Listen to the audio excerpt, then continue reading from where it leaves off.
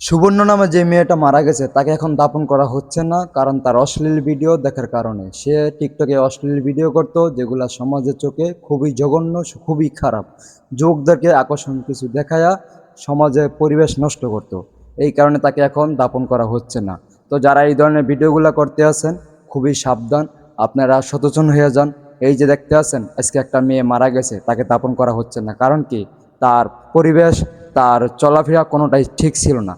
তার বাবা মাকে জিজ্ঞেস করা হলো, তার বাবা মা বলতে আছে যে আমরা এগুলো জানতাম না, পরে যখন শুনেছি তখন আমরা তারা বাধা দিছি, কিন্তু আমাদের কথা সে শোনে না। তো আপনারা এই সমস্ত যারা খারাপ ভিডিও করতে আছেন, যারা যুবকদেরকে খারাপ দিকে নেওয়ার চেষ্টা করতে আছেন, তারা এই সমস্ত ভিডিও থেকে দূরে থাকেন। এই যে আজকে মেয়েটা মারা গেছে, এলাকাবাসীর কাছেও তো লজ্জাজনক যে আমাদের এলাকায় একটা মাইয়া মারা গেছে, তাকে আমরা দাপন করতে পারলাম না। তো সবাই ভালো থাকবেন, সুস্থ থাকবেন। আর এই ভিডিওটা দেখার পর থেকে সবাই একটু শেয়ার করে দিবেন, যেন সবাই সচেতন হতে পারেন।